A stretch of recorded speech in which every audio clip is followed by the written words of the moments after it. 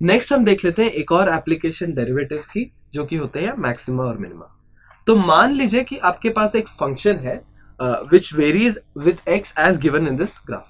ठीक है, तो इस ग्राफ में आप देख सकते हो कि फंक्शन जो है ऐसे कुछ वेरी कर रहा है। तो यहां पर कुछ स्पेशल पॉइंट्स है, सही है। तो वो स्पेशल पॉइंट्स कौन कौन से हैं? तो ये पॉइंट स्पेशल है क्योंकि एक एक्सट्रीमिटी है। ये पॉइंट एक स्पेशल है क्योंकि इससे पहले फंक्शन बढ़ रही थी, इसके बाद घट रही है।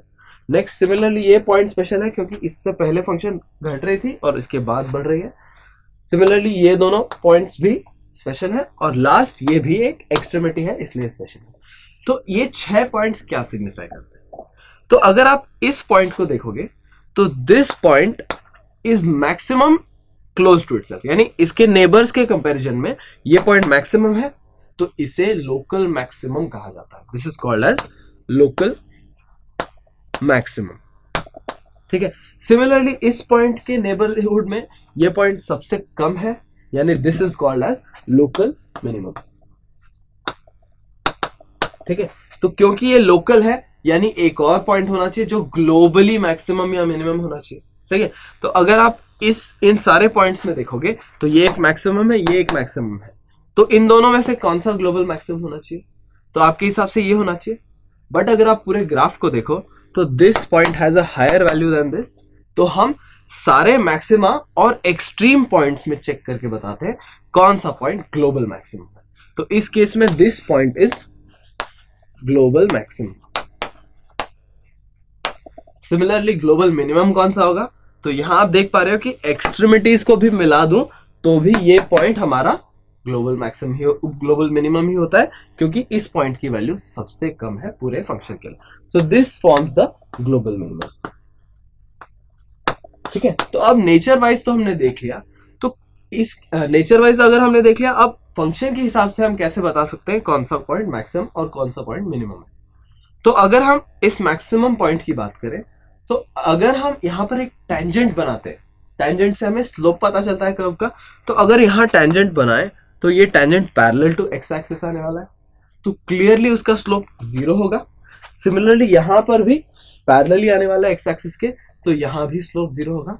यानी अगर स्लोप मेरा 0 आ जाए या फिर डेरिवेटिव 0 आ जाए, इसका मतलब है कि वो पॉइंट हमारा मैक्सिमम या मिनिमम है, लोकल मैक्सिमम या लोकल मिनिमम है। ठीक है, तो हम कैसे डिसाइड करेंगे कि वो पॉइंट मैक्सिमम है या मिनिमम? तो अब हम नेचर ऑफ स्लोप की बात करते हैं। तो let us look at this point. तो यहां पर हमारा जो स्लोप है वो क्या है? पॉजिटिव है, और उसके बाद 0 हो रहा है और उसके बाद नेगेटिव हो रहा है, यानी स्लोप की वैल्यू घट रही है।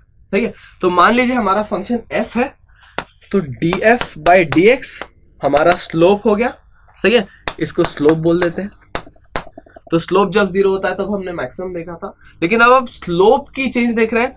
स्लोप अगर पॉजिटिव से नेगेटिव हो रहा है तो rate of change of slope negative है, तो d by dx of slope, अगर ये क्वांटिटी नेगेटिव होती है यानी हमारा मैक्सिमम होता है।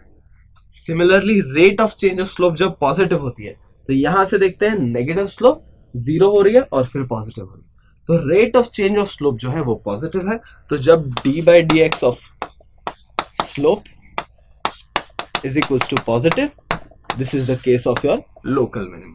सही है, तो rate of change of slope exactly है क्या? तो क्योंकि df बाई dx स्लोप है, तो हम एक और बार डिफरेंशिएट कर रहे हैं उस फंक्शन को, यानी ये सेकेंड डेरिवेटिव है जिसे हम f डबल डैश x से भी रिप्रेजेंट करते हैं। This is represented as f dash x and this is also represented as f double dash x। तो जब फर्स्ट डेरिवेटिव को 0 करते हैं हमें लोकल मैक्सिमम या मिनिमम पता चलता है, और जब सेकेंड डेरिवेटिव की वैल्यू देखते हैं तो हमें पता चलता है वो मैक्सिमम है या मिनिमम है। तो with this let us try to understand कि हम फिजिक्स में इसे कैसे अप्लाई कर सकते हैं।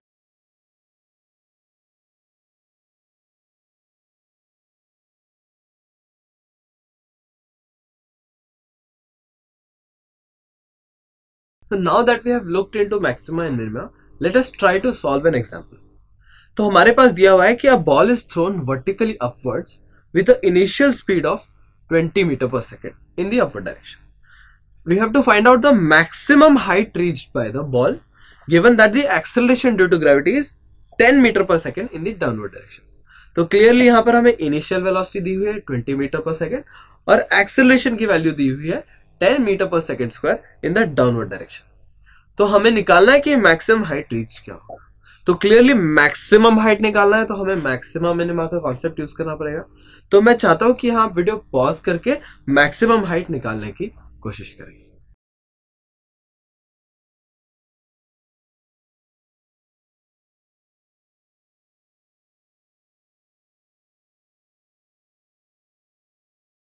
तो आई होप आपने सॉल्व करने की कोशिश की होगी। तो देख लेते हैं कि सोल्यूशन कैसे निकाल सकते हैं। तो हमें दिया गया है कि इनिशियल वेलोसिटी 20 मीटर पर सेकेंड है और जी जो है वो 10 मीटर पर सेकेंड स्क्वायर है। लेकिन अगर आप देखोगे ये अपवर्ड्स है और ये डाउनवर्ड्स है, यानी हमें साइन कन्वेंशन लगा के सही साइंस लेने होंगे। तो लेट अस अज्यूम कि अपवर्ड्स जो है that is positive and downwards is negative. इसका मतलब है u जो है वो पॉजिटिव क्वांटिटी हो गई और g जो है वो एक नेगेटिव क्वांटिटी हो गई। तो हम जानते हैं कि distance for constant acceleration case क्या होता है। तो हम ले सकते हैं s is equal to ut plus half at square. यहाँ पर u की वैल्यू अगर मैं सब्स्टिट्यूट करूं और g की वैल्यू सब्स्टिट्यूट करूं, नोट की यहां मैंने नेगेटिव साइन लिया है डायरेक्शन की वजह से। तो हमारे पास एक इक्वेशन आ जाता है 20t माइनस 5t स्क्वायर। अब मैं जानता हूं कि मैक्सिमम हाइट अगर मुझे देखना है तो मैक्सिमम हाइट क्या होगा, ds बाई dt से निकाल सकते हैं। तो ds बाई dt को अगर मैं जीरो करूं तो मेरे पास आता है 20t रेज टू जीरो, पहले टर्म का डिफरेंशियल, और सेकेंड टर्म का differential 5 into 2t raise to 1। सही है।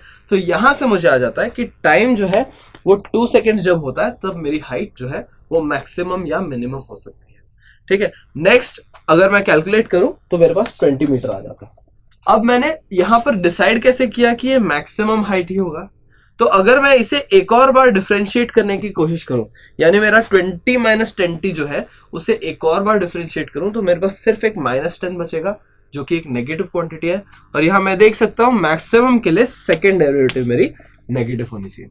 तो क्लियरली मैं यहां डिसाइड कर सकता हूं कि ये जो डिस्टेंस मैंने निकाला है this is a maximum height and not a minimum height.